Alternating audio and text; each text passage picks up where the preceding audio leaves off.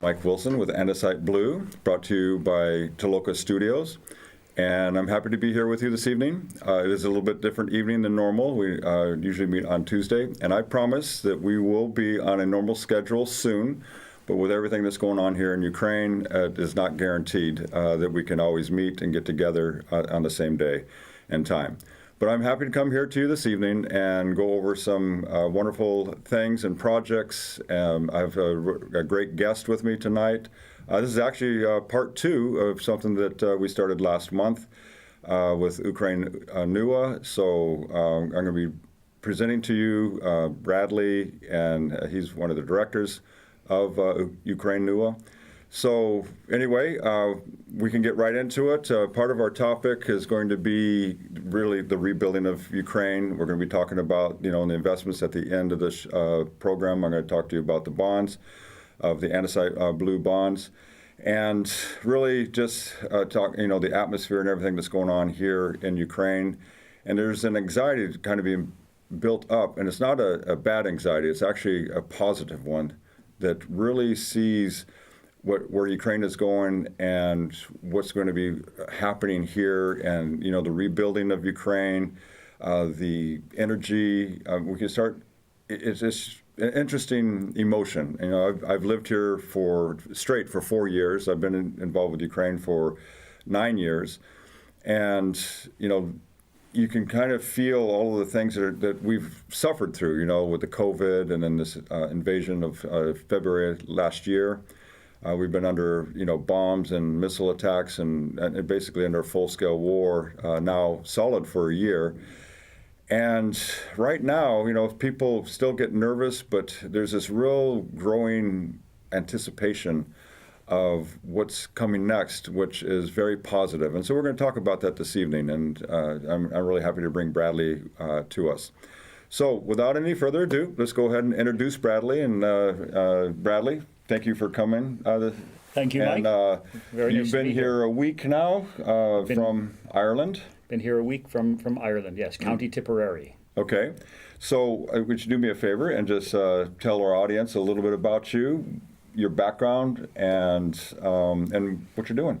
All right. I'm a media guy. Okay. Ostensibly, started in the media, in radio, television, motion pictures.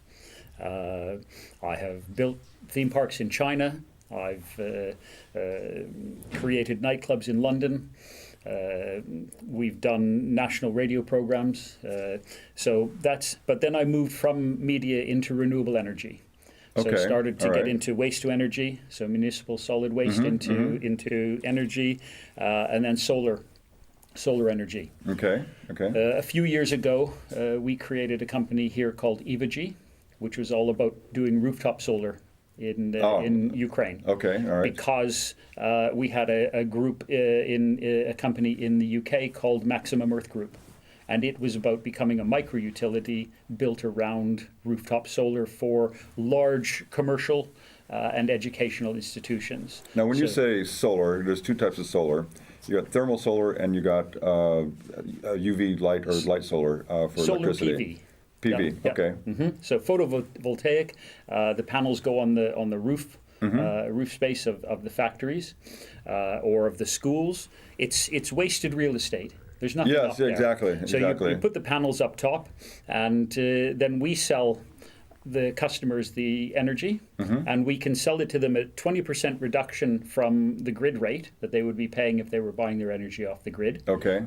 We pay them a peppercorn rent of £1, just so that we're renting the roof space from them, sell them their energy, but we can also lock in their energy rate for 10 years.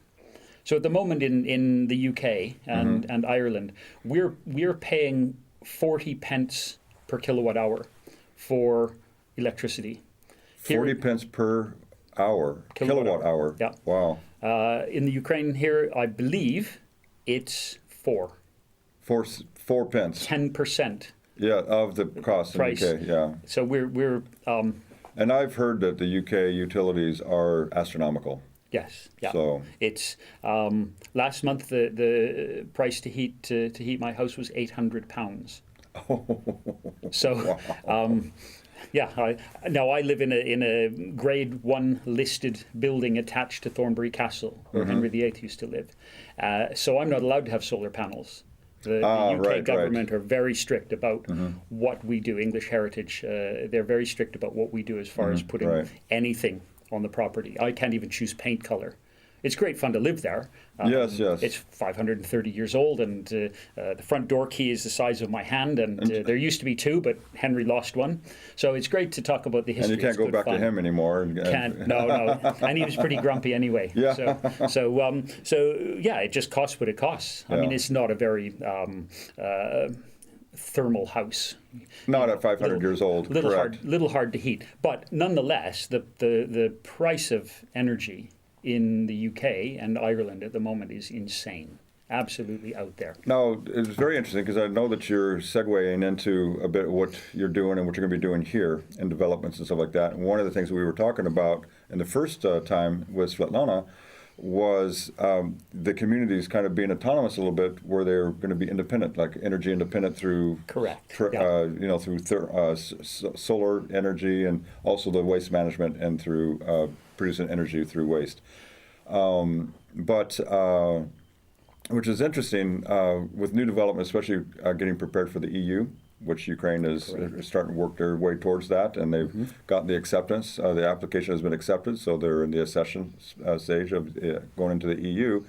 Those are some of the standards that they have to meet. Absolutely. And so it's fantastic because you already have this experience going on. And one of the most inefficient ways of heating your home is when the city heats up the water and sends it to your house. Absolutely. It is, and that's outrageous. I pay $200 a month. Yeah. For my apartment, and you've been in my apartment. Yeah, lovely apartment. It's not a small one, but it was warm. It was plenty warm. When you have 50 people, we were opening windows. When you have 50 people in there, the party, it's going to warm up really quick. So that's another good way to heat your house up. Exactly. Invite people over. If I had 50 roommates, then life's good. So absolutely. So for us, it's about vision. The vision of what we're building, and we're at that vision stage. And the idea is that Ukraine has been dealt a bad hand. So the position it was in before the war was struggling. Struggling but growing, but it was struggling. Yes, it was definitely struggling. The war has pulled most of the populace together, so they're all going one direction and starting to see more a direction to head. So that's the silver lining to the cloud. It's a very expensive way to get there, but it consolidated everybody's view. But the country's been dealt this bad hand, and families have been separated, mothers and children have had to go. For USA, Canada, which they're great places to go, but it's a long way from your family. Some of them are, you're right, it is. And they long to come home. I mean, I've talked to many of my friends who are abroad, and they say, we can't wait to come home. We miss home, Absolutely. So. And then you get countries, Ireland, which is where our sort of foundation comes from. We are a Ukrainian company, but our start comes from Ireland. Republic of Ireland. They have 70,000 Ukrainian refugees living in Ireland now. If you land at the airport as a Ukrainian citizen, you walk up to the desk, they hand you your social insurance number so that you can work. You can work instantly. They'll help you find accommodation. Exactly. They're wide open to people coming in, which is fantastic. But it means they've got 70,000 refugees there. And they have no intention of pulling the rug out from under them. Correct. But of course, it's very helpful if those refugees are able to start returning home. Some will want to stay in Ireland because Ireland is a lovely place to stay and there's a good future there and good employment. Correct. But a lot of people would like to come home. Yes. But what is there to come home to? So. And that's the vision. That's what we're talking about this evening. Is preparing that the return of our refugees. That one of the statements that was made by one of my friends. She actually used to work for me, and she says, "I never thought in my life that I'd ever be called or feel like a refugee."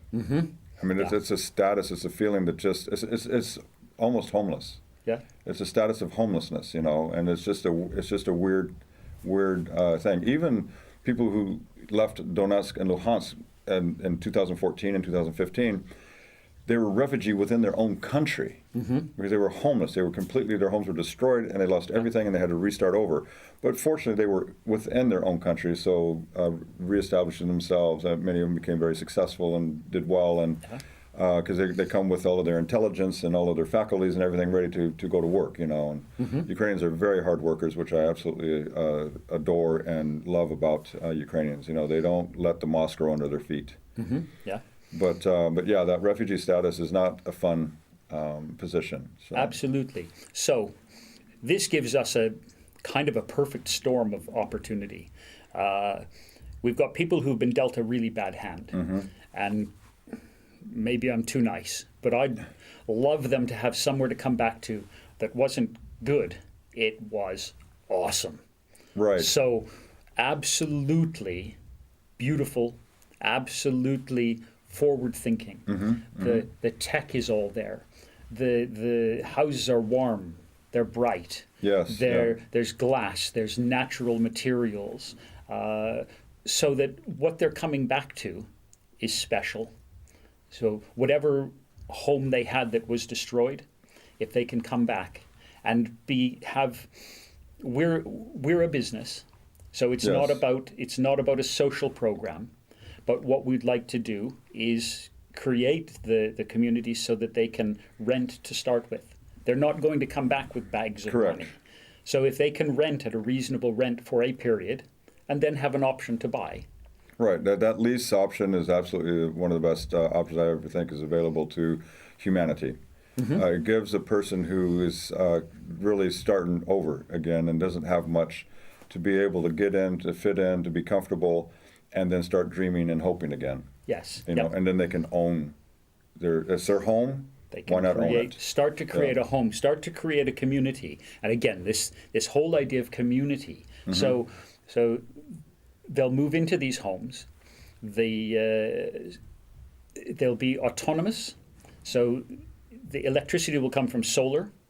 We have a technology that is a micro hydro technology. You can dump turbines into below the surface of rivers. And as long as you have 0.5 meter per second of flow, you can produce good energy from that. So if we're building one near a river, we can use that as an energy source as well. But they're autonomous. We don't need to connect to the grid. So we're not worried about all kinds of costs and regulations of connecting to the grid. And in Ukraine, when I was looking into all of the facts and figures for EVG, for our rooftop solar, there's 50% losses in the grid transmission.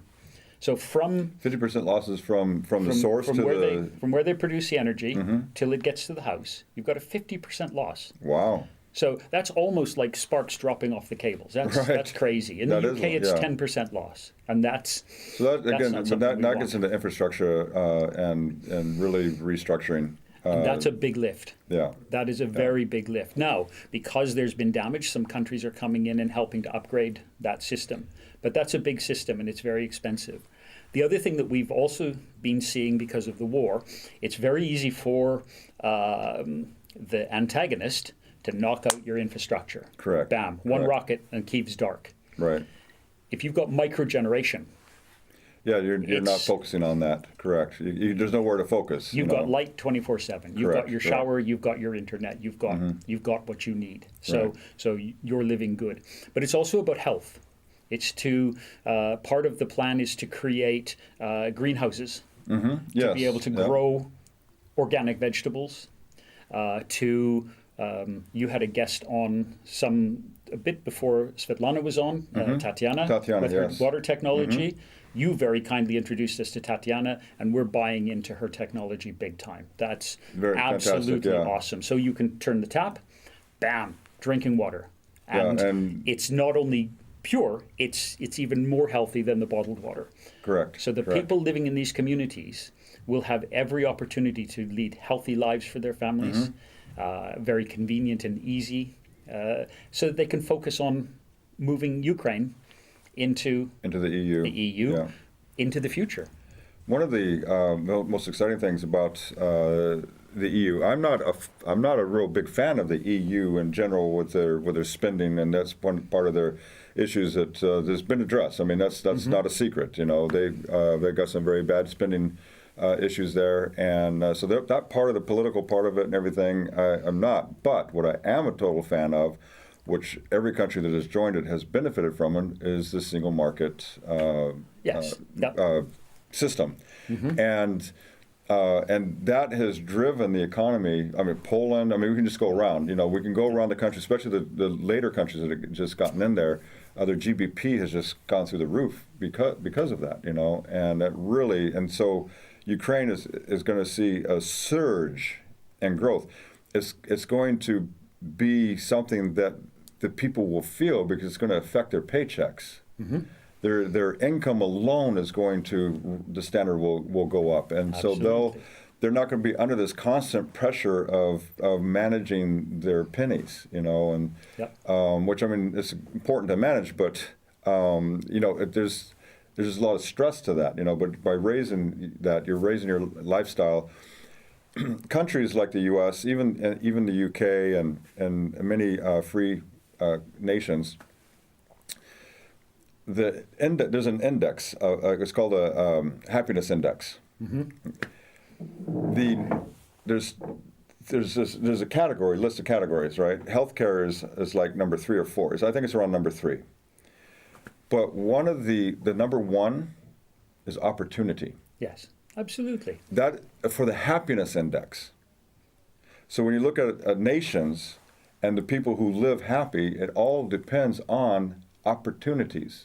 It's an opportunity to grow, an opportunity to make your life and your home and your family what you want it to be.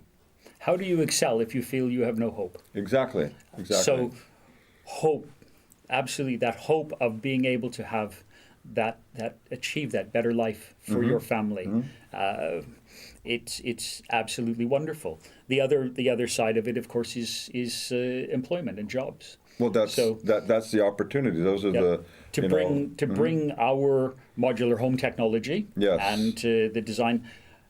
We're working on opening up the factory in Rivne because Republic of Ireland has a special relationship with Rivne. We've been connected and joined as sisters. You know, so we're looking at Rivne to build a factory. So that'll be the factory there, the factory there. Then we'll bring the modular pieces to wherever it happens to be. We're building the community, and then smack the houses together. They go together. The whole process takes about 60% of the time of traditional build. So it can be faster.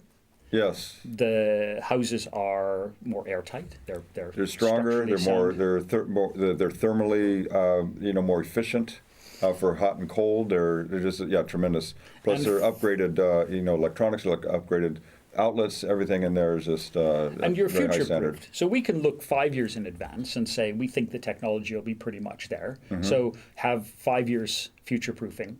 But if the walls are also panels that come off easy so that you can rewire when in 10 years' time, and then panel back on, then they're future-proofed for decades. And people can you're not seeing trunking and cable laying everywhere and all the mess. They can be future-proofed very easily. So all of this can happen with the modular idea. And then the modular community.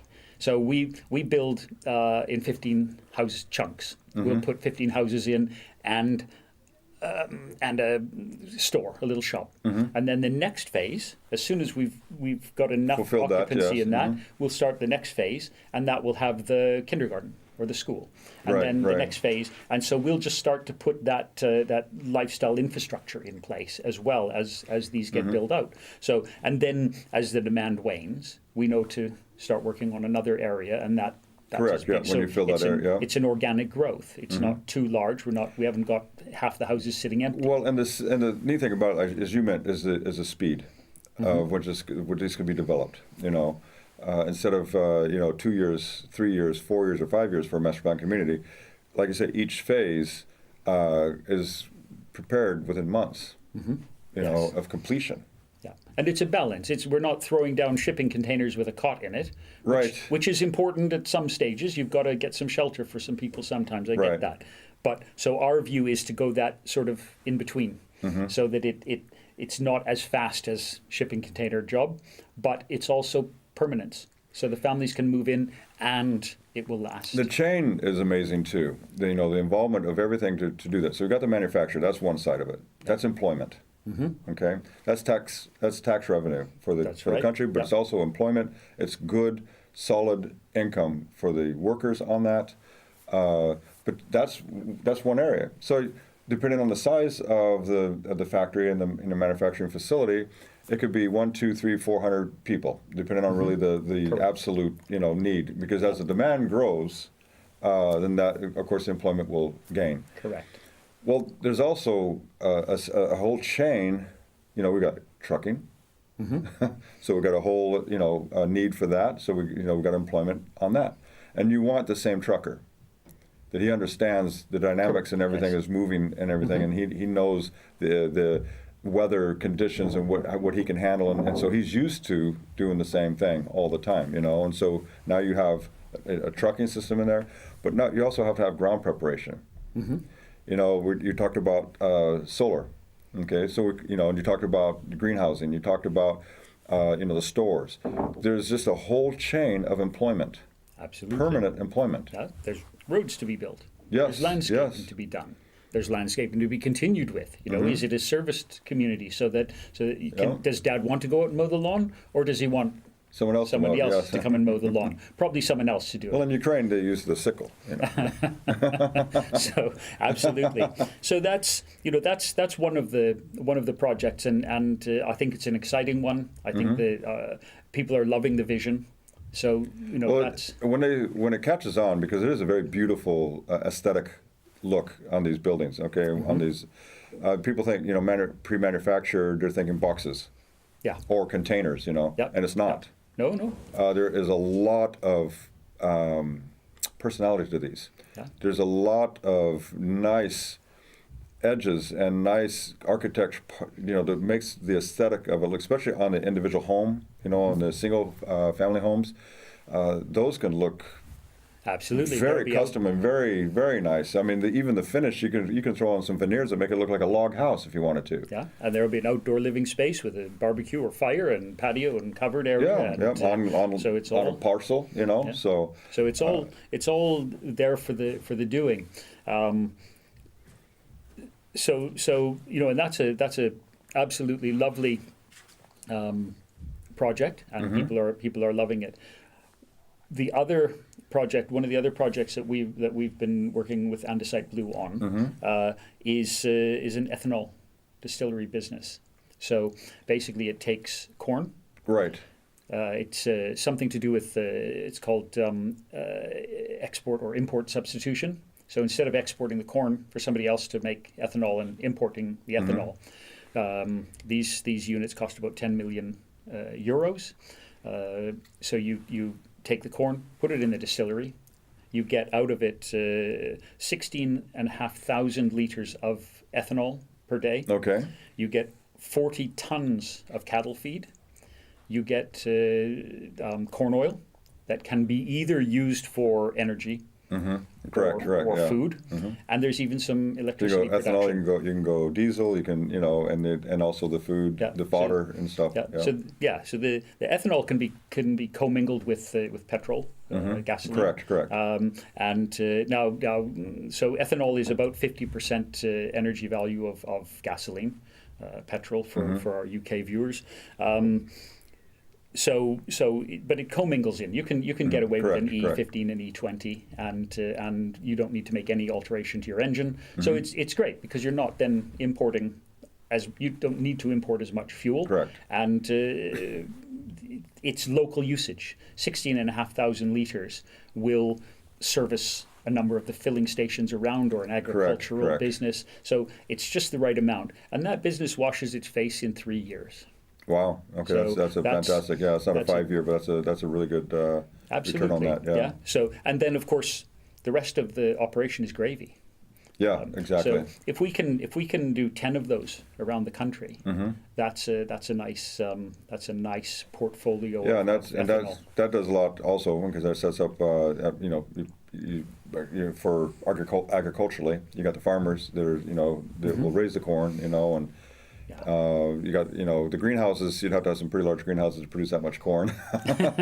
Yeah. No, that's straightforward agribusiness. Yes, yeah. But you don't then need to. It keeps it local. Correct. Talking about you're getting rid of a lot of that transportation cost. Cost as in grivna. And handling costs and all kinds of stuff. And environmental costs. Yeah. So you reduce your carbon footprint because you're not having to truck that corn out and truck the fuel back in. It's all being used locally. So that's a very nice thing. There are a number of biodiesel plants for sale in this country. Yes. Part of my background is I created a sustainable fueling structure for the London iconic black taxis. There's 24,000 black cabs in London, and we created. Wow. It was a biodiesel, a B30 blended biodiesel to service the taxis. But the manufacturer said, oh no, that voids our warranty. You can't do a B30 blend. So we then used rare earth magnetic filtration on our fuel and achieved the same results on an EN 590 diesel. And we built a £6 million refueling retail outlet at Heathrow Airport, about spitting distance from the main runway, that the black cabs would come in. There's 7,000 taxis serve Heathrow Airport a day. Oh my goodness! And they all drove right past our filling station. Wow! So that was a really cool. That's fantastic. Business. Yeah. So no, that's irreplaceable. Well, experience, that you absolutely. could bring into here, So this is really, really good. So there's fuel, and that's again very necessary, but it's all about being green. And improving that environmental sustainability for the country with its move to the west. So this is interesting because people say, "Oh, we need to go green. We need to go green. We need to go green." There's levels of green that we need to go. Yes. Because solar alone won't do it. It can't because there's weather conditions. We're further north, so the sun sets low in the winter, so you're not getting the same energy output. Solar's getting better. Solar even works in the UK. But you're absolutely right. It's not 100% dependable. Panacea. Yeah, and it will never be. Wind isn't either. No. When you need it, it's not going to be there. But diesel is, and if you can produce that through the corn, again, we're staying within the we're staying with the ecological aspect that keeps it on a green level. And yes, it's being burned, but it smells like French fries. Yeah. When corn oil is being burned, the tailpipe comes out French fries, So you've got exactly. You do have your tier 1, tier 2, and 3, and 4 biodiesels, absolutely, or biofuels. So your used cooking oil, which smells like French fries, absolutely. Yes, So you have to strain the forks out and the and the potato parts and stuff, And so, now Europe has a problem with first-tier biofuels. So they don't like you to use virgin feedstocks because they believe that it will interrupt the food supply.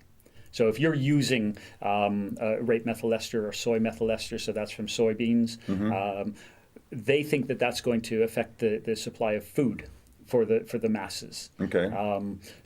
But in Ukraine, that's not a problem. There's lots of sunflower oil. There's lots of rape. Yes. So you can use a virgin feedstock if you want to, or you can again commingle it with a used cooking oil and make a very nice blended. And you can go to a 50% blend. You can run on 100% biodiesel, but you don't have that same kick. So a blended biodiesel is a very good solution. And we were running B30, and we only stopped there because people were afraid back in those days. Yes. So there's lots and lots of options. No, that's fantastic. No, and that's really encouraging, actually. There's a lot of things that you brought up that I wasn't even thinking about or aware of, and it makes it even more exciting to be a part of this development. I'm happy to be working directly, Andesite Blue, with Úcráin Nua. Well, can I just jump in there Yes. and say your partner Ben? Yes. Awesome man, absolutely. I've only met him On a screen. You remember Max Headroom? Back when we were kids, you had Max Headroom. He was a kind of a digital superhero. I don't, personally. You didn't watch as much television. No. So Ben to me is Max Headroom. He's Okay. just on. All I've seen him on is my screen. Oh, yes. Because he's in. I think he's in He could Moldova be. at the moment. He could be with that one with Al Pacino, Simone or whatever that movie, where she was just only digital. Yeah. Yeah, that's So- Ben. That's my ace in the hole. You know. But Ben found us in Ireland, and he's the one that's talked to us about Andesite Blue, and the experience with Andesite Blue has been phenomenal. Absolutely, Ben does these weekly presentations Yes, for yeah, your we got one bondholders. this evening, actually, And, one this evening, which is going to be worth dialing into. Love Ben. He's absolutely wonderful, and Yeah. so no, the whole experience with Andesite Blue has been great. Yeah, and so and actually meeting you and working with you and you know just kind of picking the brain and seeing the direction and the vision has been exciting and really phenomenal and encouraging, especially for us as a finance and investment company. You know, we need to put our money in wise places. Yeah. You know, and you know they have to we have to guarantee to our bondholders that their money's secure. You know, and so. Yes. So it's absolutely, you know, and I'm hands-on, so I'm in Ukraine. I get to see this. I get to feel it. I get to touch it. I get to taste it. You know, I get to handle it to make sure that it is the right choice and it's the right investment. You know, It's all about de-risking Correct. an investment. Absolutely. So if I can just introduce, he won't appear suddenly like a genie, but our chairman is John O'Connor. His background is working with companies like Berkshire Hathaway. John did the largest medical hospital deal in Ireland's history with Berkshire Hathaway. Okay. So he brings to us a wealth of understanding how to deliver big projects, and so that helps to de-risk a Yes, project yeah. when you know that the head of the group has the And the handler's got the long- experience. Yeah. he was an advisor to Margaret Thatcher back in the day. Okay. He and he's worked in the defense industry and in Washington quite a bit. He is a County Tipperary boy. So he is Irish, although he sounds more posh than I do. I don't sound posh at all. I'm just a cowboy rode into town. Yeah. But so that de-risked it. But we've just come from a meeting as well that I think is absolutely critical to talk about, and that is the anti-corruption Corruption. Yes. meeting. Yes. So, and you can pronounce the name better than I can because you. I'm and not you don't going to even try. Wait a remember. second. Wait a second. Yeah, Hold pull on a his second. card I'm out. going to cheat But and pull his card out here. Vyacheslav. Yeah, So so- Vyacheslav. Anyway, he's the International Anti-Corruption Assembly. He is the chairman. and by aligning with an organization like his, Yes. they can provide some oversight on transactions, give us good advice to make sure that what we're doing is clean business. And he's also their organization, because he has two organizations there, but also making available land, you know, areas, properties, you know, whether it's within places like Bucha or Yeah. even outskirts of Kiev City. He talked about several of those places, not just Kiev. I mean, we went around and we were talking Kharkiv, you know, Sumy. We're talking many places. Absolutely. But he has a lot of resources in that, and they work directly, are willing to work directly with your Úcráin Nua. And it's not something. Well, potentially it could be, but I mean, we're being kind of partnering, and not partnering in the sense of a monetary contract in that way, as Úcráin Nua and Andesite Blue as being partners, but as business entities. Yes. Working, We're not getting working married, together, right. And but we sure are best friends. you're very good friends, yes. And so it you know, really, again, it just makes those areas of security that's very important Yes. to when it comes to investments. You know, I have to handle money, and it's not my money. so I need to take more care of it. Yeah. If it's my money, I can go to the casino, but it isn't my money. Nope. So we want to make I'm sure. not going to roll the dice, to see if this is going to work or not. So To best provide some sort of growth and you can call it a social program to provide the benefit that's required here. It needs to be a commercial enterprise. yes, Because is there charity fatigue? Is there Ukraine fatigue at the moment in Europe, in Canada, in the US? right. I don't know. Some people go, "Oh, I'm not giving any money," but I think that the will is still strong to give. Do I have an opinion on whether people could give faster? Of course I do. I spend a lot of time screaming at people, but I appear mild-mannered. But yes, when it comes to that, but the best way is to put forward an absolutely robust, workable business proposition, so that the investment can come in, and then people can help themselves. Correct. Joining Exactly. in, working, and everybody earns. Everybody there earns, even to the person and to the individuals coming back into Ukraine and have that opportunity to own their home. Absolutely. And they're growing and they're earning and they're, one thing I liked what Tatiana was talking about was, your home should not be an expense. She had a vision, and being a scientist herself, I mean, she's a very intelligent woman. Her brain does not stop, Yes. and that's how she invented and came up with the water project.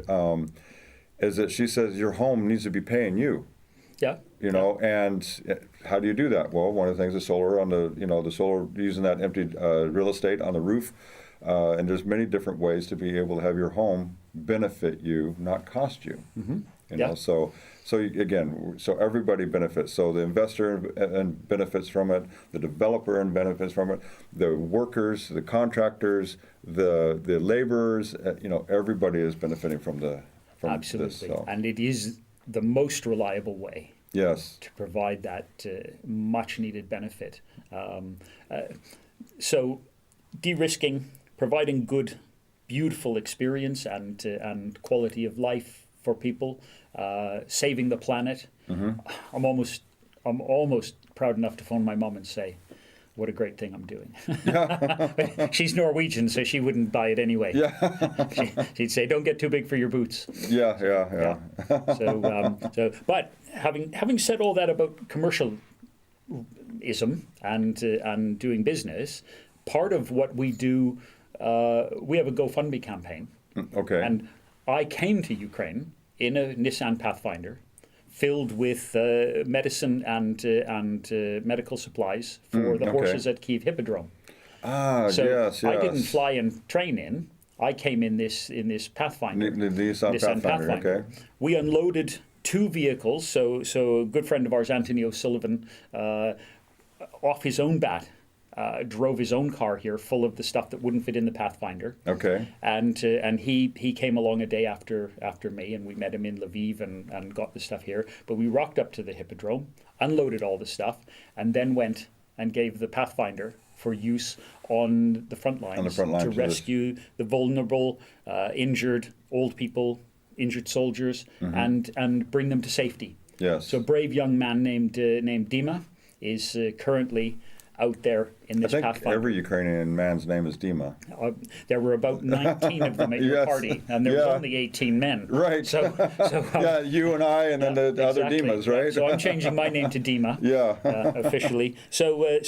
But this is a great thing to do, and we're keeping the GoFundMe campaign open. The first thing that we did was went to the equestrian community in Ireland. The Irish love their horses. Yes. So we went to them and talked to them about the message was about that the horses need help. And the Hippodrome have got a horse that was rescued when its owner's house was shelled and they died, and this horse, no home. Oh, wow. It was on its way to the meat factory, and some volunteers brought it to the Hippodrome. It's now training to be a trotter. Wow. Which is very cool. The military have some horses at the Hippodrome.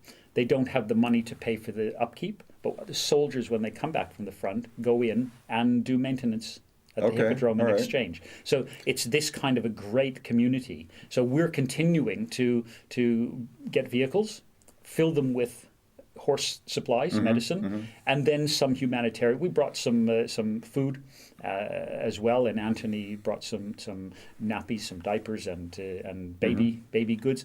Bring them, and we want to just bring them regularly. Drop off the supplies. Take the car to the vehicle front, and then drop the vehicle off. and then train out, fly that's home, fantastic. That's bring one absolutely back. fantastic. And, so, Now, your yeah, GoFundMe, that's give the name. Project Cossack. So, Project Cossack. Yeah, so we mentioned that on the meeting with Svetlana. yes, yeah, But absolutely. you kind of, but now you actually I'm brought some things shamelessly here. throwing it out there again. Not a problem. No, search that's, Project Cossack, Yeah. and that money is absolutely being used for the. No, that's absolutely fantastic. So we can very, very thankful for you and John and Svetlana and just putting that together. That project it's humanitarian. Giving is the greatest form of love.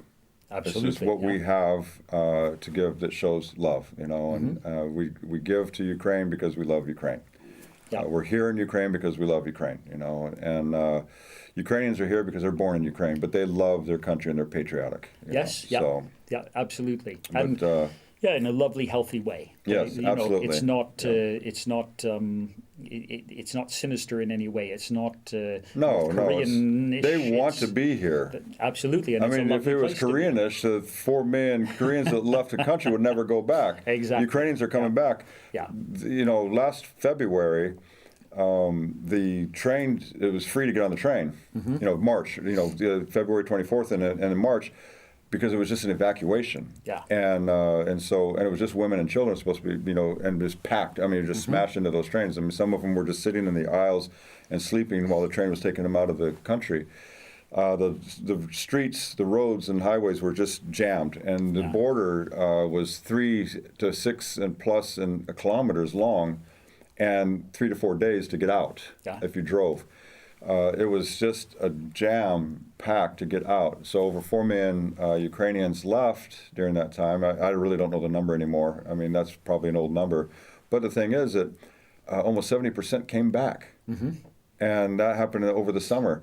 And in, I'm trying to think of the month. I don't know if it's July or August. The coming back was nearly as busy coming back as it was when they left, So I remember when I was here in March, the streets were just empty. I mean, it was a ghost town. Kyiv was a ghost town. But then all of a sudden, May came along and more cars, and June and July, and next thing you know, now we're back to our normal traffic. This big city traffic. So. On our previous visit, it was the first day McDonald's opened. There was only one McDonald's, and the queue was, I think, 16 days. So it's a long time to wait for a Big Mac. Yeah. Well, I waited longer than that. I don't like McDonald's, but I don't like their food. But there's a normalcy to the day here, which is really great to see. But it's surreal. When we were driving in from Lviv, it was dark by the time we hit Kyiv, and it was really dark. And it's surreal to me to arrive in a city of the importance of Kyiv. A big city, yes. Dark, pitch black. Yeah. The sirens are disturbing, but we just sort of kept going. And people have got a routine with it now. They just kind of managed a routine. It's an inconvenience, but they do have a routine on that. So we opened up with about the atmosphere, and the atmosphere is that the preparation for this reconstruction and rebuilding of Ukraine, but really Ukraine is the center of the world. It's like. It is the world has basket. felt, yes, the breadbasket. It's always called the breadbasket of Europe, but the world has realized it's the breadbasket of the world because it actually affected, when Russia stole the grain and stopped the shipment, stuff like that, and so we didn't get out what we used to. Everybody felt that in the world. That's how important Ukraine was. Of course, it's been all over the news. They've been seeing the destruction. So economically, it's a boom. It's ready to happen. And on our website, it says there's going to be a gold rush. And that could sound tacky. There's going to be a gold rush. This is going to be the emerging economy. And this is where, especially living in here, you can feel that growth and anticipation because everything is gearing up. We already have developers and builders already starting to rebuild in Bucha and these cities that have been in Chernihiv and Brovary and stuff and well, assuming Kharkiv, I'm not sure exactly what's going on there. It's a little bit far out, and they haven't had a lot of activity there, but because they cleared the Russians out. But I mean, that's still pretty fresh, and I don't know if their developers are quite in there yet. But it's going happening. It is happening now, and now is the time. Right, and so getting the investors lined up, we already have projects now that it's ready to invest in, and which is exciting, because when you get into the level of today to invest, you're really securing a really golden future, and really taking advantage of some really nice gains, substantial gains. Yes. And I like the way on our meeting a few weeks ago that the British guy that we had on, he was talking, it was Steve's friend, and he says, how are you going to guarantee these substantial returns? And I thought, that's an excellent question. Now, I know we've been asked that question before, but I love the way he worded it. And of course, we kind of went through it, and then we didn't have enough time on that on the podcast, but we wrote it out and everything, and got it over to him so we could answer his question. Because Ben and I have been putting our brains together, and we've been walking through this for 2 years, to get this all secured and know what we're doing and knowing how we're going to allow that and to give those returns to our investors. And we're doing it through bonds. The bonds is that's the part, that's an instrument, it's an investment tool, but the instruments and tools that are available to the investor today are getting thin. They're running out of opportunities. Cryptocurrencies are so volatile. And sure, people made their billions of dollars in the beginning and stuff like that, but those are the carrots, and then people get seduced, but they're the ones losing. There's more people. They don't advertise the losses. They don't advertise the losers. They only advertise the one winner here and the one winner there, and you think, oh, everybody's winning, and it's not true. Even just regular currency trade, that's everything. I mean, the U.S. and the EU, the euro was equal, dollar for dollar. Dollar for EU. The British pound was $1.41, went to $1.10, and I think down to $1.08 against the dollar. Now, how did that happen? There's no reasonable reason why that happened, because the outrageous spending that the U.S. has done and is at a 30+ trillion deficit. There's no way that it could back the dollar like that. So who decided that now the British pound is 1.08 when it used to be 1.41, 6 months prior? So anyway, that's the technology. But that's what the investors, that's what they feel, and because an investor, they've learned that their money works for them. Okay, you don't work for your money. When you work for your money, that then you feel every inflation, you feel every change in the market and stuff like that. But the investor, he's constantly looking at ways to have his money work for him, and so he's not careless, he's not reckless, especially the sophisticated and the disciplined investors. They're not careless. They're not the young bucks that are going out there and trying to make their $1 billion in less than 2 years. They know how to let it grow, and they've learned to grab the instruments that are giving them their nominal returns that are above inflation. That's what they're comfortable with. So if they get to 4, 5, 6%, if they get 6%, they're happy on that. When you take a 10 million, 50 million, 100 million, and get a 6% return, they're ecstatic about that. That is a substantial return. We're on our Andesite Blue bonds. It's 7 to nearly 9% return on the investment on those bonds. And we're using the bond instrument because it is really a solid structure. It's a solid instrument. It's a fixed rate So there's you don't, I bought it at 7.85, and then next thing you know, when I went to cash out, they said, oh, it's 4.25. That's not, bonds are fixed. Sure. Yeah. And it's one instrument. And so we wanted to create an instrument and an opportunity for people to actually buy a bond that is involved in an emerging market. Yes.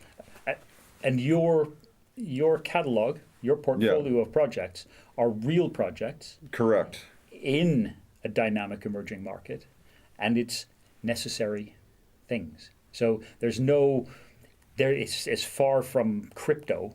Correct. It's not frivolous. It is the real deal. Yeah. It is solid projects. Yeah, and which if you go onto the website on the lower left corner there, and you go to the website, you'll be able to see what our selections are and what our choices are on that, because we care. So again, it's not my money.